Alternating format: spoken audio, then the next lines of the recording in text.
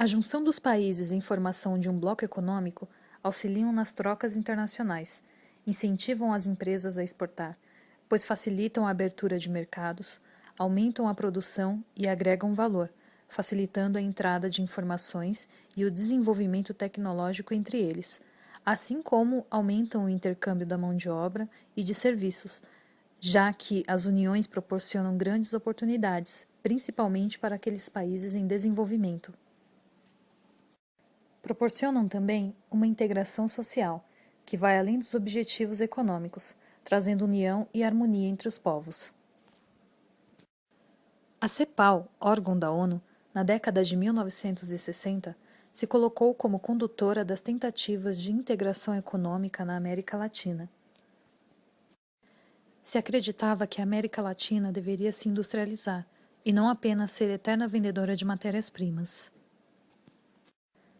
Criado em 13 de dezembro de 1960 em Manágua, na Nicarágua, decorrente do Tratado de Manágua, com o objetivo de aumentar o comércio, não só de bens primários, e de promover a paz em uma região afetada por graves conflitos bélicos, o Mercado Comum Centro-Americano, MCCA, foi implantado em 1963, tendo como membros os países da América Central, Costa Rica, El Salvador, Guatemala, Honduras e Nicarágua.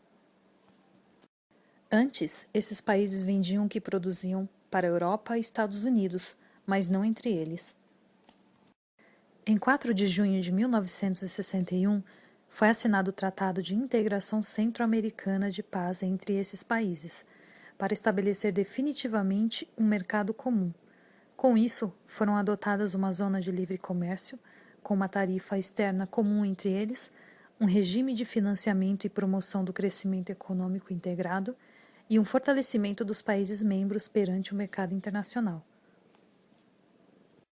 Com sede na cidade da Guatemala, encontra-se em sua estrutura organizacional o Conselho de Ministros de Integração Econômica, COMIECO, a Secretaria-Geral de Sistema de Integração Centro-Americana, SICA, o Comitê Executivo de Integração Econômica, CIE, e a Secretaria de Integração Econômica Centro-Americana, CIECA.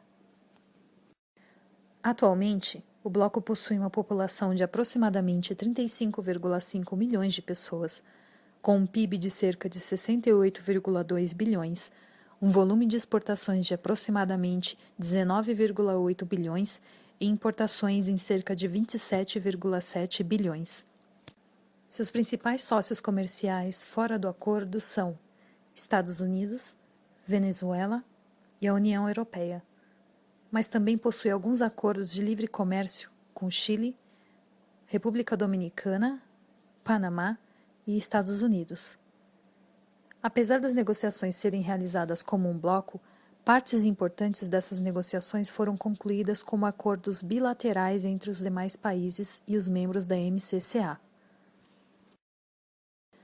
Há também aqueles sócios comerciais, vistos como potenciais: a Comunidade Andina, o Mercosul e a própria União Europeia. Atualmente, o MCCA participa ativamente do processo de implementação da ALCA.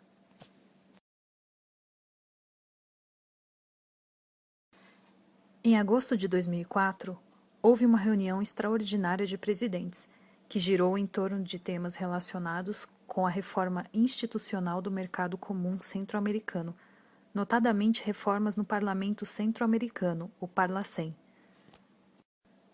Entre outros temas, os mandatários confirmaram a decisão de manter uma ampla colaboração entre seus países com vistas ao combate ao terrorismo. Outro tema que fez parte da agenda da reunião foi o alto preço do petróleo. Analisadas diferentes maneiras de enfrentar o problema, ficou decidido que a América Central deve negociar de maneira conjunta com os países provedores, de forma a obter preços mais baixos para o petróleo. Em setembro de 2004, houve outra reunião, esta de chanceleres do Sistema de Integração Centro-Americana e do Mercosul, que aconteceu por ocasião da 59ª Assembleia da ONU e teve por objetivo a discussão de assuntos de interesse comum. Na ocasião, Os ministros concordaram com o estabelecimento de um intercâmbio de missões técnicas exploratórias sobre a realidade econômica e comercial de seus países e de suas regiões. Concordaram também em trocar experiências sobre as suas respectivas negociações comerciais com terceiros países. O Bloco Econômico busca uma união aduaneira, tratados de livre comércio, união e união de mercados, fazendo com que as parcerias comerciais auxiliem exportadores e importadores com tarifas comuns, além de politicamente trazerem tratados, acordos e resoluções. Apesar do MCCA ser constituído como um mercado comum, muitas vezes, no ponto de vista de diversos autores, ele é tido apenas como uma forma de união aduaneira, principalmente quando se diz respeito à sua constituição política, fato que não se isola apenas a esse bloco, mas sim a todos aqueles que possuem em sua composição os países da América Latina. Já por outro lado, se partirmos do ponto de vista da integração, vista como uma cumplicidade entre os países membros do bloco, o objetivo de fortalecê-los perante o mercado externo, o incentivo ao intercâmbio de serviços, mão de obra e tecnologia, o desenvolvimento de seus países membros de forma isolada decorrente da União, este torna-se sim eficiente. O mercado comum centro-americano possui em sua composição fatores como Banco Central, a adoção de uma tarifa externa comum e uma política social uniforme, o que motiva alguns autores a argumentarem que o MCCA pode estar no caminho de uma união econômica e monetária.